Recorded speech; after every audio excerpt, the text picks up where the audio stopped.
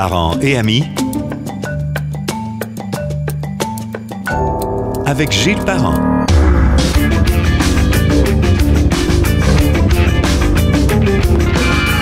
Bienvenue sur Parents et amis que l'on peut écouter sur gillesparent.com, sur Spotify, sur Google Podcast, Balado de Apple et le canal YouTube.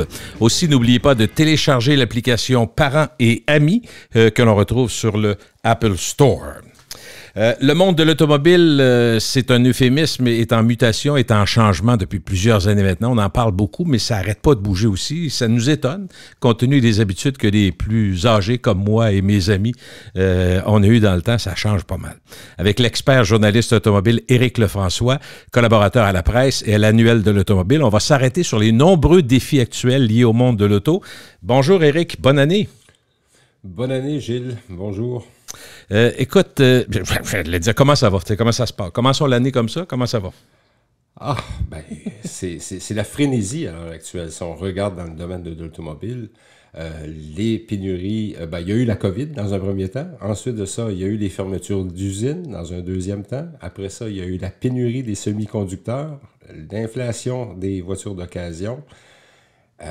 Ça n'arrête pas. Oui, effectivement, ça bouge énormément. On va commencer avec quelque chose qui est d'actualité parce que, bon, c'était disparu depuis 2 ans. Le Salon de l'Auto de Montréal, c'est 78e édition quand même. Il va se mettre en branle, puis là, évidemment, il y a des questions dans l'air. Est-ce qu'on peut dire que ça va être une édition normale ou... Et qu'est-ce que le normal en 2023? C'est exactement. Disons qu'on va voir un salon de l'automobile amaigri. OK. Considérablement amaigri. Pour les gens qui ont eu l'occasion de le visiter par les années passées au Palais des Congrès, là, on s'entend, vous aviez différents paliers. Vous deviez vous rendre au 7e ciel, comme on disait à l'époque. Et ensuite de ça, vous redescendiez. C'est un labyrinthe. Cette année, il n'y a pas de labyrinthe. Il y a strictement une aire une superficie seulement d'exposition. Et là, à ce moment-là, ça sera plus facile pour les gens d'aller comparer. Mais comparer quoi? C'est ça qui est la question. Il y a énormément d'absents cette année. Est-ce que ça s'explique? Est-ce que c'est des absences qui sont uniquement liées à Montréal? Ou non. Mais si on regarde depuis quelques années déjà, il y a certains constructeurs automobiles qui ont fait l'impasse sur certains salons dits internationaux. Là. Lorsque je parle d'internationaux, on parle de Francfort, on parle de Paris, on parle de Tokyo. Pékin. New York, peut-être? Francfort. New York, oui, ouais. À un certain niveau. Okay. Il y a Los Angeles et rappelez-vous, Détroit. Détroit, autrefois, c'était la foire. C'est le berceau de l'automobile américaine. Et aujourd'hui, c'est l'ombre de lui-même, ce salon-là. L'an dernier, il y a eu lieu, et il y a eu lieu à l'extérieur. Et c'était vraiment pratiquement une fête champêtre. On était loin, mais on était très loin des paillettes et puis des feux d'artifice et des voitures qui débarquent sur une scène en faisant des bangs, comme disent les amateurs. Okay. On était très loin de ça. Et à Montréal, mais malheureusement, ça n'a jamais été le cas non plus d'avoir les paillettes et tout.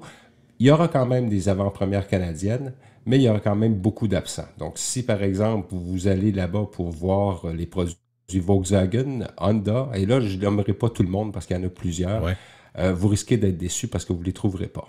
Donc, c'est strictement un certain groupe de constructeurs automobiles qui se présentent. Éric, est-ce que ça se peut qu'au fil des années, on en ait trop multiplié, qu'il y en avait trop, dans le fond, dans une industrie qui essaie de rationaliser parce qu'il y a énormément d'argent à mettre en développement?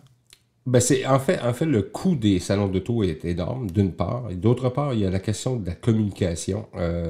Faut pas oublier que lorsque vous êtes du côté des journalistes automobiles, les salons automobiles, c'était toujours intéressant parce que vous aviez des dévoilements. Et au fil des années, on remarque que les dévoilements, disons, qui sont... Comment je pourrais dire? Et on en parle une fois. Alors que là, maintenant, ils pouvaient en faire parler pendant 10 semaines aisément. Donc, il y avait un meilleur contrôle de la communication, ce qui n'est pas le cas avec les journalistes automobiles, maintenant avec les salons automobiles, justement. Mais pour le public, c'est différent, par contre.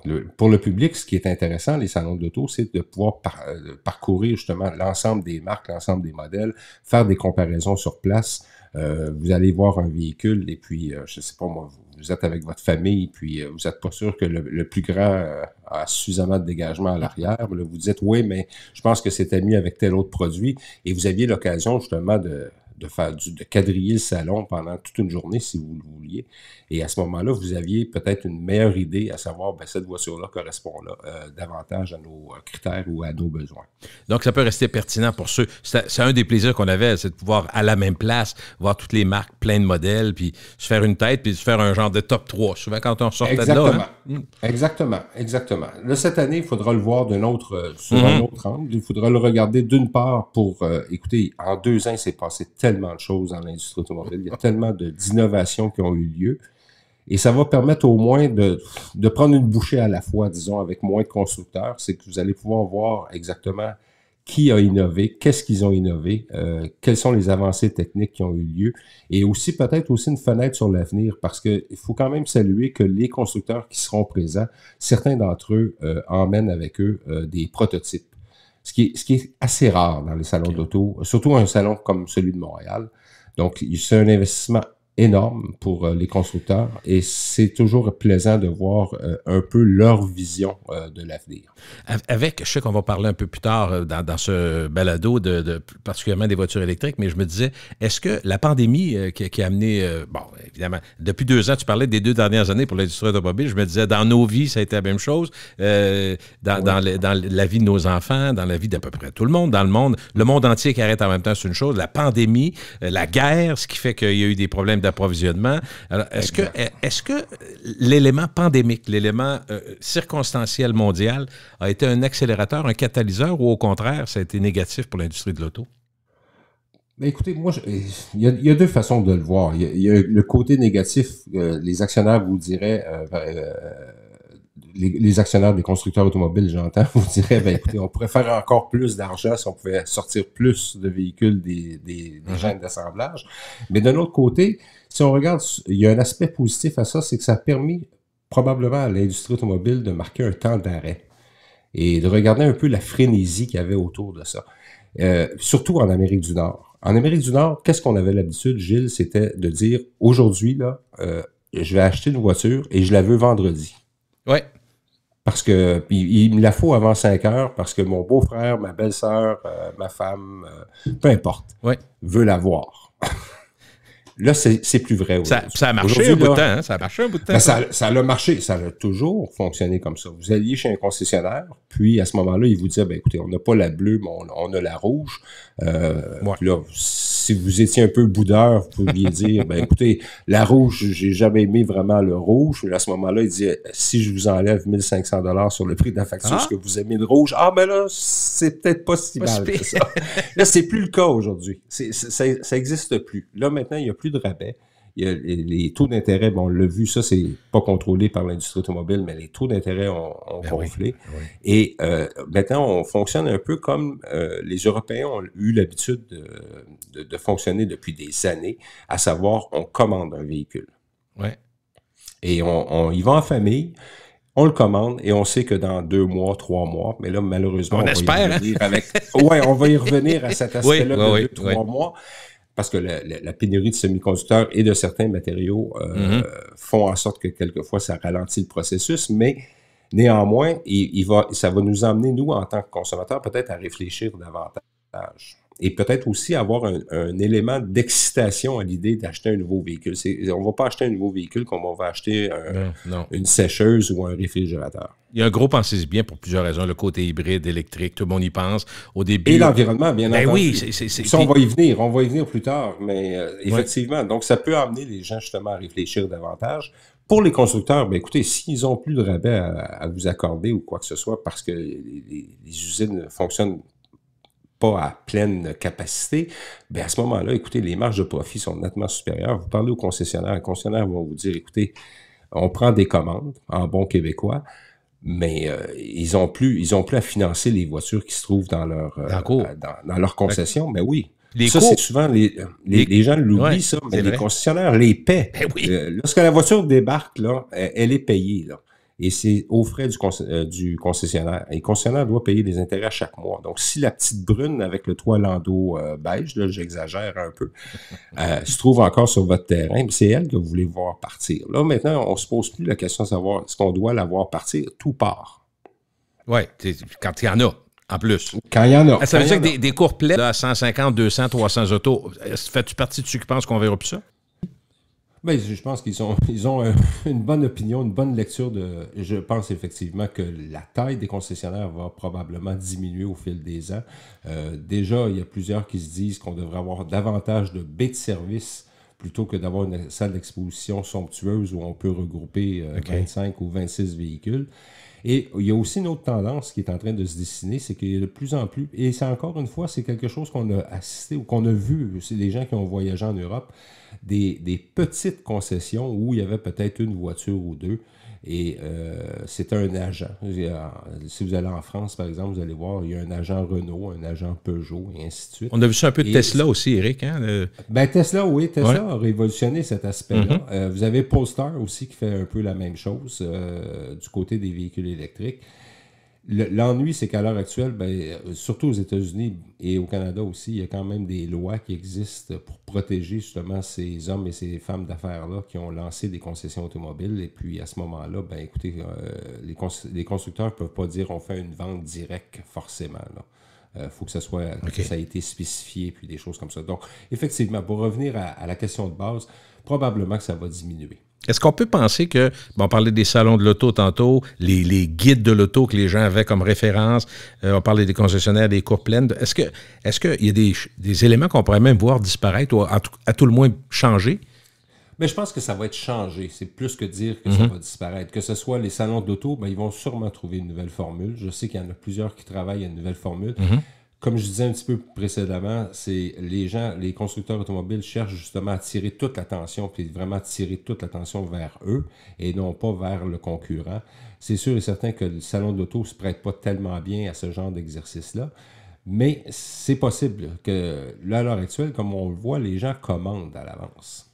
Et les gens, parfois, ont une idée très précise parce qu'ils ont fait soit des recherches sur Internet, soit qu'ils ont lu des publications spécialisées. Et les gens arrivent, puis ils connaissent pratiquement le code des options par cœur. Donc, par conséquent, ça risque d'évoluer de ce côté-là aussi.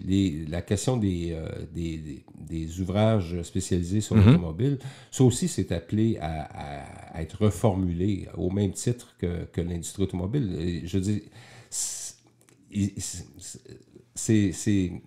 comment je pourrais dire, ces publications-là cherchent justement, c'est très bon parce que ça vous permet d'avoir une vue d'ensemble, mais ça permet aussi, il ne faut pas oublier qu'eux aussi doivent s'ajuster avec le tempo de l'industrie automobile à l'heure actuelle. Ouais. On le voit là, à l'heure actuelle, on parle de voiture électrique d'un côté, voiture à essence de l'autre, voiture hybride, les gens ne se retrouvent plus là-dedans. Ils veulent acheter une voiture. Donc, ça change vite. Ça change vite. Puis Éric, en plus, tu as des délais dans l'édition. Tu sais, souvent, quand tu publies, ça fait quelques mois que tu es là-dessus. Fait que, ça change tellement vite que tu peux être obsolète sur certaines caractéristiques. Puis non seulement sur certaines... les véhicules, autrefois, les constructeurs automobiles faisaient ce qu'on appelait des présentations. En anglais, on appelait ça des long lead, où on pouvait voir les nouveautés plusieurs mois à l'avance. Ça n'existe plus, ça, aujourd'hui. Ça n'existe plus. Les voitures sont commercialisées à des moments opportuns, que le constructeur, lui, juge opportun.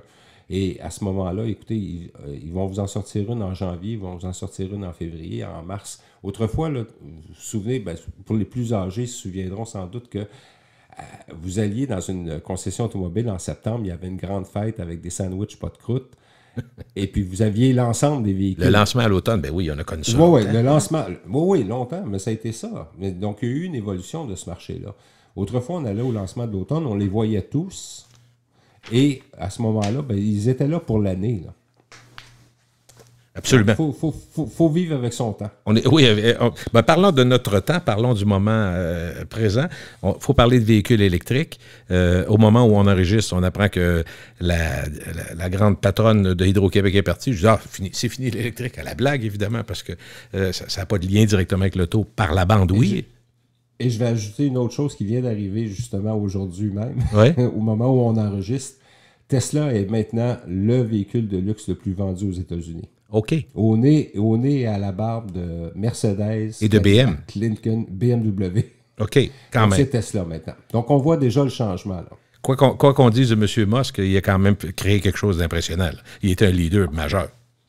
Ben, écoutez, on peut questionner peut-être sa moralité ou sa personnalité, ses décisions, sa personnalité, peu importe. Mais reste que Elon Musk, quand même, c'est lui qui a vraiment bousculé l'industrie automobile. Il les a fait descendre de leur piédestal. Il leur a fait la démonstration que, parce que c'est pas d'hier qu'on parle, on parlait de voitures électriques bien avant Elon Musk. Mais à chaque fois, c'était toujours la même réponse. Ben, le client n'est pas prêt, la technologie n'est pas prête. Elon Musk, lui, il s'est vraiment... il s'est retroussé les manches et puis tout simplement, il leur a fait la démonstration que oui, c'était possible. Effectivement, c'est possible. Oui, effectivement. Quand je vois les objectifs du gouvernement du Québec, Éric, entre autres, et du Canada, mais entre autres du Québec, parlons du Québec, qui dit qu'il faut atteindre 100% de véhicules verts en 2035, je trouve que ça vient vite en bâtins quand je vois qu'on est à peu près à 2% de véhicules au Québec, puis qu'on n'est pas capable de livrer. Je ne veux pas être négatif ni pessimiste, mais ça me semble ambitieux avec un gros A. C'est ambitieux, mais je vais juste, si vous me permettez, Gilles, je vais vous corriger sur un aspect. Ce que le gouvernement du Québec a dit, c'est qu'en 2035, la vente de véhicules neufs à essence sera interdite. OK. Oui, ça change beaucoup. Oui, c'est vrai. C'est pas la même chose. C'est pas la même chose. Si vous achetez, par exemple, une voiture en 2034 à essence, puis on sait que la durée de vie d'un véhicule peut être facilement de 15 ans s'il est bien entretenu, ça veut dire que jusqu'en 2050, on risque de le voir sur la route encore. OK, c'est ça. Donc, avant que ça change le portrait, le paysage, ça va être long.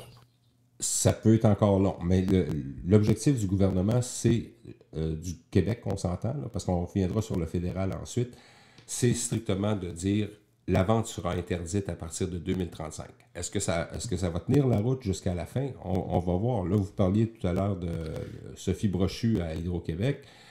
Qu'est-ce que Hydro-Québec va faire là-dedans? On voit les nouvelles, vous comme moi, que certains font brandir le spectre qu'on pourrait manquer d'électricité en 2030. Si vous achetez une voiture électrique demain matin, vous vous posez la question, est-ce qu'il va en avoir assez? Oui, c'est assez étonnant de dire ça du Québec quand on y pense. Là. Parce que je me rappelle, il n'y a pas si longtemps... Parce que c'était le fer de lance. Ah oui, puis on parlait de surplus. Il fallait vendre des surplus. Exactement. Il n'y a pas longtemps, exact. Là. Exact.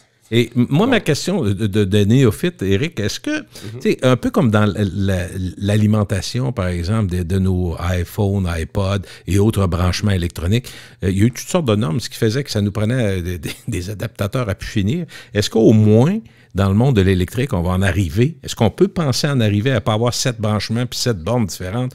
Parce que je sais que Tesla les leurs, là, mais est-ce que c'est une discussion et Mercedes, et Mercedes vient d'annoncer qu'eux aussi allaient avoir leur propre réseau aussi. Mais c'est pas une bonne nouvelle pour le consommateur, à mon avis?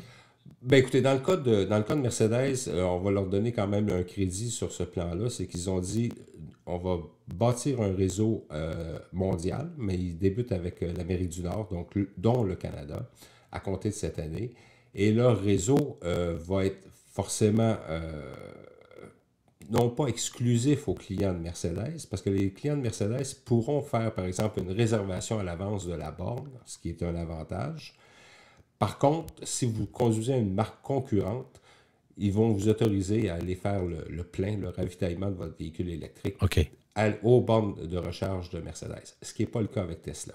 OK. Donc, quand ils disent qu'ils vont vous permettre, c'est que, mettons, le bidule qui permet de faire le lien va être le même ou il va y avoir un adaptateur? Oui, il va être le même. OK. Non, ça va être le même. Ça va être le même. Parce qu'il me semblait qu'une norme plus large, là, internationale, c'est ce qu'on reproche, par exemple, dans l'électronique à Apple, d'avoir son propre système, change de téléphone, change le système encore, ce qui fait qu'on est obligé tout le temps de changer.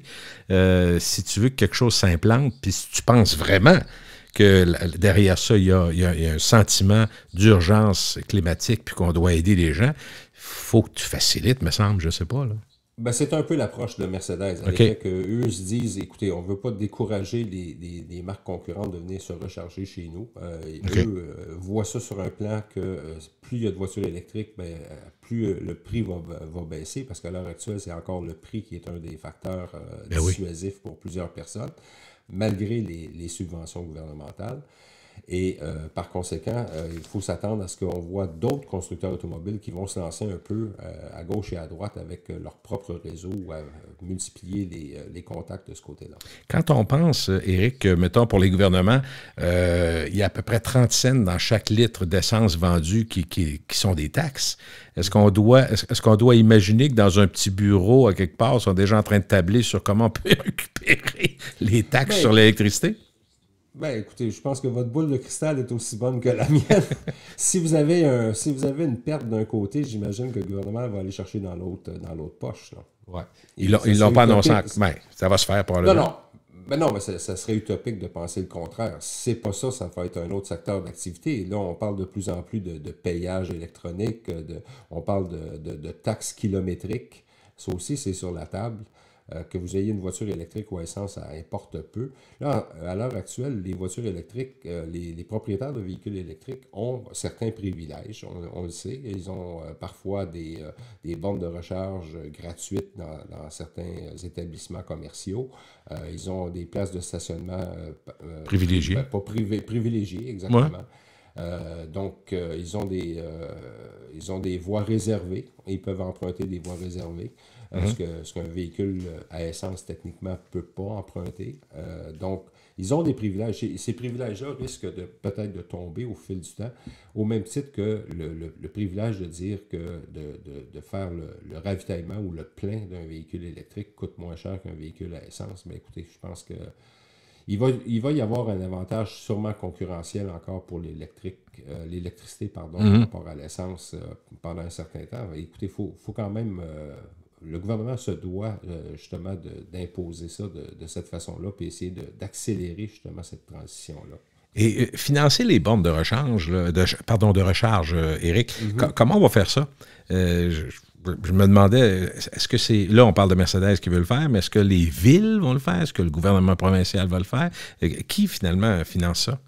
Ben, écoutez, il y a du privé, il y a du privé qui existe, il y a un peu de gouvernemental aussi, il y a un peu tout le monde, mais je pense que tout le monde se doit de mettre l'épaule à la roue de ce côté-là. Là.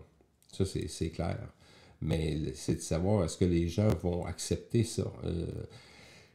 Savez-vous quoi, Gilles, moi, ma réflexion par rapport à tout ça, c'est que j'ai absolument rien contre les véhicules électriques. Je peux en avoir contre les véhicules à thermique en raison justement des émissions de gaz à effet de serre, mais le problème va demeurer entier. La congestion va demeurer la même. Que vous ayez un véhicule électrique ou un véhicule à essence. Donc, forcément, il va falloir qu'il y ait une offre du côté des transports en commun. C'est inévitable, il faut que ça travaille ensemble si on veut régler des problèmes fondamentaux. Oui. Et c'est malheureusement, je pense que ça va être malheureusement au gouvernement de régler cette question-là, parce qu'en tant qu'individu, collectivement, je ne pense pas qu'on est capable de le faire avancer. Je voyais, d'ailleurs, je suis revenu avec ma famille, on a fait une petite semaine pour défoncer l'année, un voyage qu'on devait faire jadis, il y a quelques années. On a défoncé l'année à Londres. C'est pas la pire place, c'est pas la place la moins chère non plus. Mais l'Angleterre, par contre, tu sais, pour 1000 raisons, autant du côté de la musique, de la mode, n'importe quoi, toujours avant-gardiste, pas mal. Mais là, j'ai vu quelque chose que j'ai trouvé vraiment, franchement, qui me semble assez simple, mais brillant. Parce qu'une des questions qu'on se pose avec les bornes de recharge, on se dit, si on commence à mettre des bornes de toutes les marques, de toutes les sortes, on va faire un peu le bordel qu'on voit avec les vélos électriques, par exemple, à Paris, où on a laissé ça ouvert au libre travail, libre service. Libre concurrence. Oui, libre concurrence, ça sera encore plus clair. Et là, tu te ramasses avec 4-5 compagnies, donc il n'y a plus de place pour mettre les vélos, c'est des bordels total. Mais ce que j'ai vu à Londres, dans les secteurs résidentiels, Éric, pas plus tard qu'il y a une semaine ou deux, les poteaux de lumière, tu sais, en métal qu'on a partout ici au Québec, dans les secteurs résidentiels, 1 sur 2, il y avait des branchements électriques pour les voitures. J'ai dit, mon Dieu, quelle idée brillante. Puis tu as un système, soit que tu t'abonnes ou tu peux vraiment payer avec ta carte directement. Je vais voyons donc.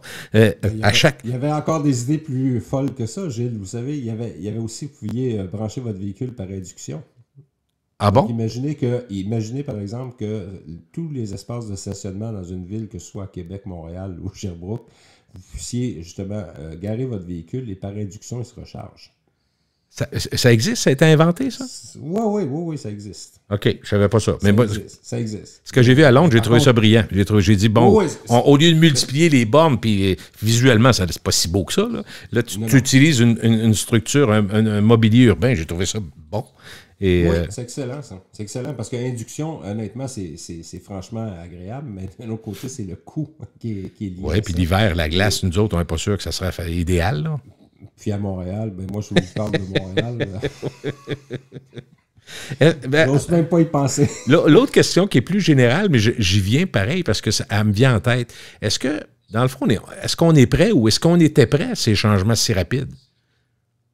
Non, je pense que oui. OK. Oui, OK. Je pense que oui. C'est toujours un coup à donner, en quelque sorte. Lorsqu'on a vu Internet débarquer, on s'est probablement posé la même question aussi. Ouais. Lorsqu'on a vu d'autres éléments arriver, ça a été la même chose. Est-ce qu'on est prêt? La chose à laquelle on n'est pas prêt, par contre, c'est de réévaluer nos besoins de transport individuels. Ouais. Ça, visiblement, on n'est pas prêt. On a encore des gens qui vont utiliser leur véhicule, que ce soit électrique ou à essence, là, écoutez, pour aller chercher une pinte de lait au dépanneur. C'est sûr. Et par contre, moi, je dirais, si je vais avoir un petit peu d'espoir, dans les discussions que j'ai avec des gens de mon âge et plus jeunes, tout ça, il y a des réflexions que je n'entendais pas avant. C'est-à-dire, peut-être catalysé par le coût de l'essence qui est devenu à 2,23. Il y en a qui ont dit, bon, le prochain, ça sera électrique peut-être. Mais d'autres ont dit aussi, 2 voitures, est-ce que c'est complètement nécessaire? Est-ce qu'on est capable de vivre avec une seule voiture, sauver 10 000 par année, aider à l'environnement, montrer à nos jeunes qu'on peut faire un effort? Tu sais, c'est une discussion que moi, je n'entendais pas. Peut-être un peu forcée par l'actualité et les coûts.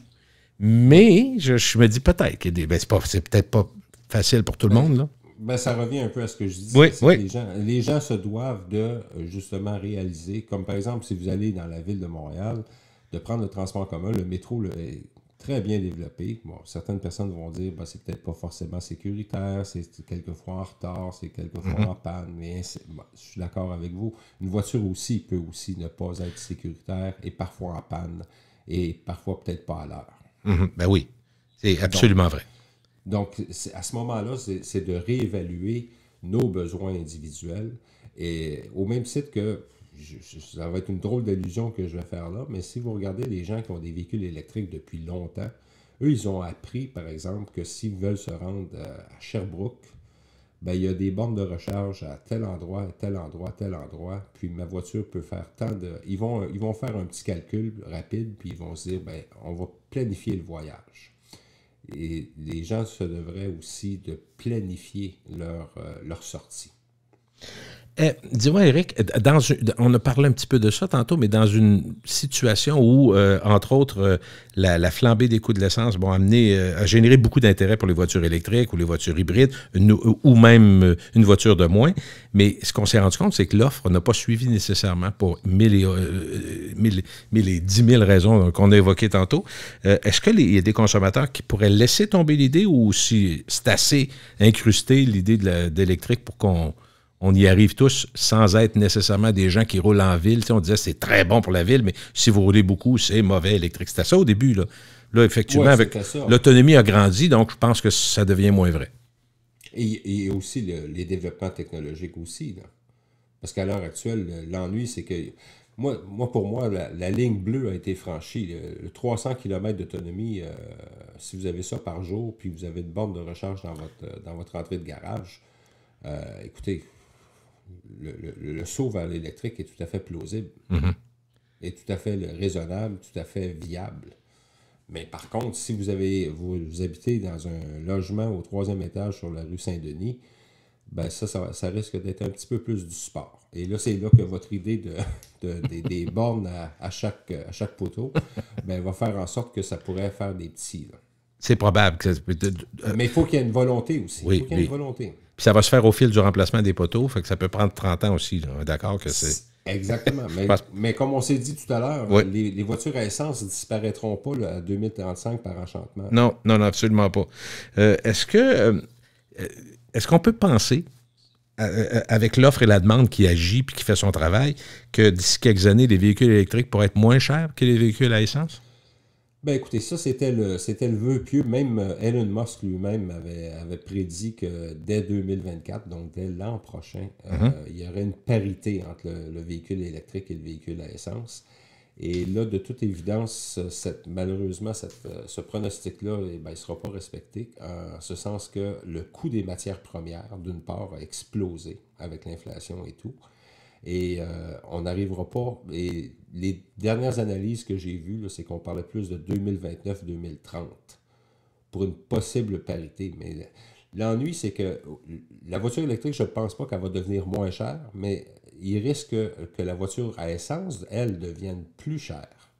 Parce que de plus en plus, ils doivent encore répondre à des normes de plus en plus serrées. Il ne faut pas penser qu'on s'est dit, bon, là, on a fait les normes pour les voitures à essence, puis on va attendre qu'elles meurent de leur belle mort en 2035. Là, il y a encore des travaux qui se font à l'effet de resserrer les émissions de gaz à effet de serre.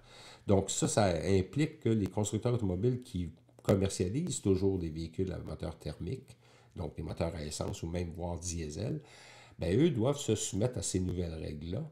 Et ça demande des recherches additionnelles et ça demande des coûts additionnels. Donc là, en ce moment, on est en train d'essayer d'emmener ces voitures-là jusqu'en 2035, mais il y en a certaines que probablement, ils ne se rendront pas jusqu'au coût près là, de 2035. Les grands de l'industrie, est-ce qu'ils ont tous le même modèle pour arriver à l'électrique, ceux qui faisaient des voitures à essence? C'est-à-dire, est-ce qu'on transforme des usines en électrique ou certains ont même fait des usines uniquement dédiées à l'électrique? Non, à l'heure actuelle, il y en a certaines qui se transforment. Okay. J'ai été en visiter une là, il y a quelques semaines à Munich chez BMW, où ce qui est assez prodigieux, c'est que sur la chaîne d'assemblage, vous avez des voitures électriques, des voitures hybrides, des hybrides rechargeables et des voitures à essence. Ah oui? Sur la même chaîne. Oui, absolument. Oh. Donc, ils sont en mesure de faire ce genre de changement-là, de s'adapter à cette... Mais je suis curieux, en même temps ou par séquence, Éric? Est-ce qu'on va dire aujourd'hui on fait des hybrides, mettons, demain on fait... Pas du tout. Tout en même temps? Non, tout en même temps. Wow! Ce qu'ils peuvent changer, par contre, c'est qu'ils peuvent arriver et dire, bien, par exemple, il y a une très forte demande, par exemple, pour tel modèle électrique. Bien, à ce moment-là, peut-être qu'une journée ou une demi-journée, ils vont consacrer strictement à faire l'assemblage de celle-là. Mais encore là, c'est une question de savoir est-ce que vous avez tous les composants nécessaires pour l'assembler. Okay, parce oui. que dans le cadre de la même visite d'usine que j'ai faite, à cette usine-là à Munich, il y avait plusieurs voitures qui avaient été garées. Il y a un endroit spécifique pour ça. Les voitures sont garées là et on les regarde. C'est des voitures neuves, c'est des voitures qui ont l'air parfaitement... mais aucune fonctionne parce qu'il manque des composantes. Ils n'ont pas les semi-conducteurs pour prévoir l'allumage. Ils n'ont pas le semi-conducteur pour les freins. Ils n'ont pas les Bref. Il manque des bouts. Il manque des bouts, donc on attend. Il manque des bouts. C'est ça, on attend. On attend. Mais ils ont la capacité d'être assez modulaires pour faire plusieurs types de véhicules. Est-ce que pour un véhicule électrique aujourd'hui, en 2023, le défi principal, c'est encore d'augmenter l'autonomie pour que les clients, la variété de clients soit la plus grande possible, ou c'est encore le prix le plus important pour amener les gens vers l'électrique? Ben le prix, je ne suis pas convaincu que le prix, c'est vraiment... Ben, c'est sûr que le prix, ils sont obligés de regarder, puis ils sont obligés de regarder aussi qu'est-ce que les gouvernements offrent aussi en échange et c'est quoi les règles aussi qui sont offertes par le gouvernement. Il ne faut pas oublier ça non plus. Comme au Canada, jusqu'à tout récemment. Et là, ils ont annoncé à l'effet qu'ils allaient imposer justement aux constructeurs automobiles de vendre des véhicules électriques, ce qui est une très bonne nouvelle parce que jusqu'à présent, si vous n'aviez pas de règles en tant que gouvernement de dire ben, nous, on veut juste des voitures électriques, ben, à ce moment-là, on allait aux plus offrants ou à ceux où la législation était peut-être un peu plus sévère de ce côté-là. Donc, c'est pas tant le prix. L'autonomie, je pense qu'on a franchi un cap, mais ça, est-ce qu'on a réellement franchi le cap? Je ne crois pas, parce que si vous regardez un peu, c'est un peu une escalade de puissance, mais à l'envers. Autrefois, vous disiez, ah oui, mais ma voiture délivre 600 chevaux, l'autre en délivre 650, et l'autre arrive, puis vous dit, maintenant, on est rendu à 700.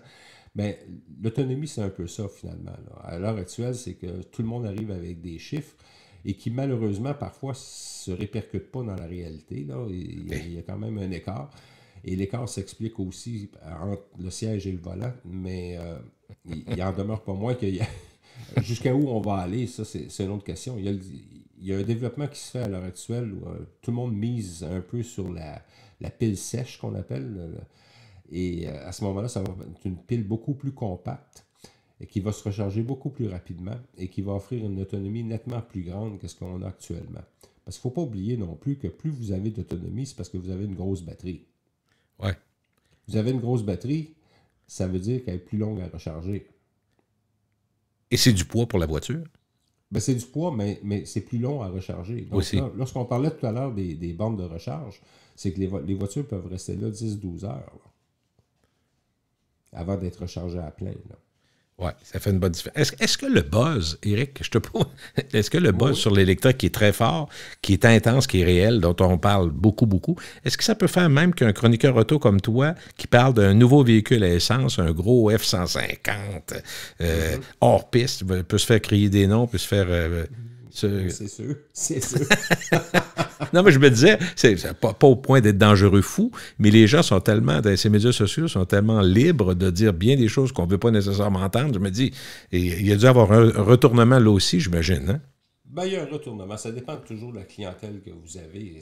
Si on regarde, par exemple, les lecteurs de la presse sont peut-être un peu plus sensibles à l'environnement que peut-être quelqu'un qui lit un autre quotidien ou une autre publication, d'une part. D'autre part, il y a aussi le fait que il ne faut pas oublier que lorsque vous parlez du F-150, par exemple, c'est un bon exemple, c'est la camionnette la plus vendue au Canada. Qu'on le veuille, qu'on ne le veuille pas, là, c'est un fait. Là, maintenant, il y a une version électrique, effectivement, qui est sur le marché, qui est superbe. Honnêtement, je l'ai conduit, elle est superbe. Mais elle est superbe jusqu'à un certain point. Si, par exemple, vous utilisez votre camionnette pour tracter des lourdes charges, bien, vous n'allez pas aller très loin. OK.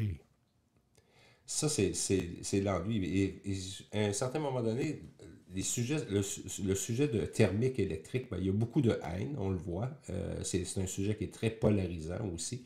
Mais il faut quand même prendre en compte que si quelqu'un achète une camionnette et l'utilise pour ce que ça doit être utilisé pour, ben là, à ce moment-là, on ne peut pas lui tirer des balles non plus parce qu'il utilise un véhicule qui amène à tracter des lourdes charges. À l'heure actuelle, l'électrique peut tracter des lourdes charges, mais sur une distance très courte. OK. Ça affecte l'autonomie ou c'est ça? Oui, c'est sûr, okay, ça affecte l'autonomie. Avec le poids, là, moi, j'ai calculé, lors de mon test, j'utilise toujours la même remorque avec le même poids. Okay. Pour me rendre où je me rendais habituellement, il aurait fallu que je prévoie 5 recharges. Oh, OK. Donc, c'est un premier pas qui est prometteur, mais c'est sûr qu'ils vont travailler là-dessus. Parce que leur clientèle, c'est beaucoup des gens qui sont dans la construction, qui sont des... Mais attention, oui, ben c'est là qu'est le point, Gilles. C'est peut-être pas vrai? Quand je parlais un peu plus tôt des gens qui ne réévaluent pas leur transport, les camionnettes sont extrêmement populaires. Mais elles sont extrêmement populaires, pourquoi? Parce que les gens apportent des balles de foin ou des coffres à outils, des choses comme ça. C'est pas tout le monde, ça. C'est une minorité, contrairement à ce qu'on pense. Un peu comme les gros 4x4, dans le fond, tu vas me dire. C'est pas tout le monde qui va dans le bois à chasse, là. Ben exactement, c'est la même chose. On vous vend le rêve de pouvoir tracter 10 000, 12 000 livres, mais si vous tractez jamais, ça vous sert à quoi d'avoir ça? Non. Absolument à rien. Absolument à rien. Donc, pour ces gens-là qui veulent avoir un gros camion avec une garde au sol super élevée, ben à ce moment-là, la version électrique est tout à fait indiquée pour eux, puis tant mieux, ça va éliminer encore une fois des gaz à effet de serre. Dans le fond, ce qu'on dit, Éric, il y a beaucoup... Si on est conséquent avec ce qu'on disait sur les 4x4, les gros Cherokee, puis ce que tu veux, les autres camions, et comme la majorité des gens ne l'utilisent pas en condition dans le bois, puis à la chasse, à la pêche, puis traverser des rivières, on comprend d'une part, ou encore travailler sur la construction, ça veut dire que le véhicule électrique va avoir quand même beaucoup d'intérêt pour pas mal de monde. Ben oui, c'est ça qui est la bonne nouvelle, dans le fond. Oui, c'est ça. Mais sauf qu'il ne faut pas faire un clivage non plus parce que je vois des gens parfois qui pointent du doigt soit un constructeur, soit même il y a des gens qui pointent du doigt leurs voisins parce qu'ils ont acheté un véhicule qui était peut-être plus énergivore. Ils ont peut-être raison de le pointer du doigt, mais si cette personne-là utilise son véhicule pour le travail puis qu'il a fait un choix éclairé, puis que c'est ce véhicule-là qui convient le mieux à ses besoins et à ses critères, bien à ce moment-là, on ne devrait peut-être pas forcément non plus lui lancer des roches. Là. En terminant, Éric, je te dirais que j'ai eu une drôle de discussion avec mon frère dans le temps des fêtes. Il s'est acheté une Tesla. Il n'est pas le seul, oui. de toute évidence, il s'en est vendu beaucoup. Il me dit qu'il aime beaucoup la rouler, tout ça, mais que lui, personnellement, il m'a étonné quand il m'a dit ça. Il dit, ma prochaine voiture ne sera pas électrique. Je lui disais, ben, voyons donc, qu'est-ce qui se passe? T'aimes pas ça? Il dit, non, j'aime ça. Mais il dit, je suis déçu. Il parle de cette voiture-là. Bon. Oui. Il dit, je suis déçu parce que moi, j'ai roulé beaucoup, donc il va à Montréal, se promène un peu partout, puis je me fie sur... il y a comme un tableau de bord, là, avec même des endroits où tu peux charger, la force des charges. Il dit, c'est pas ça le problème. Le problème, c'est ce qu'on me dit, puis ce que je vis en réalité. Puis là, il me parlait de l'été et l'automne, il ne parlait pas de l'hiver, là, à moins 15. Il dit, on me dit, mettons, je dois me rendre à Montréal, puis je me rends compte à Drummondville, ça m'indique qu'il faudrait peut-être que j'arrête. Fait qu'il dit, c'est un stress que je suis pas prêt à assumer. Puis je suis surpris. Il est surpris de l'écart. Un écart assez grand pour que ça soit stressant. Puis il dit ça, j'aime pas ça du tout. Fait qu'il dit, je vais probablement aller vers un hybride. Bon, c'est son idée. Je dis pas qu'ils sont moult comme ça, mais lui, il dit que l'imprécision des données le dérange. Ben ça, je peux le comprendre très bien, parce qu'en hiver, on a vu, il y a des gens parfois qui m'ont écrit, parce qu'on a fait un article là-dessus il y a quelques mois, puis il y en a qui perdaient jusqu'à 50% d'autonomie. Donc, s'ils avaient une autonomie de 300 km, là, soudainement, ils se retrouvaient à 150. Ça change un peu, hein? L'anxiété grandit. Sauf que si on regarde dans les faits, généralement, là on parle d'une moyenne. Les gens circulent, écoutez, de mémoire, là, c'est à peu près 60 ou 72 km par jour. OK. Vous n'avez amplement. Ah oui, pour la plupart des gens, je suis d'accord.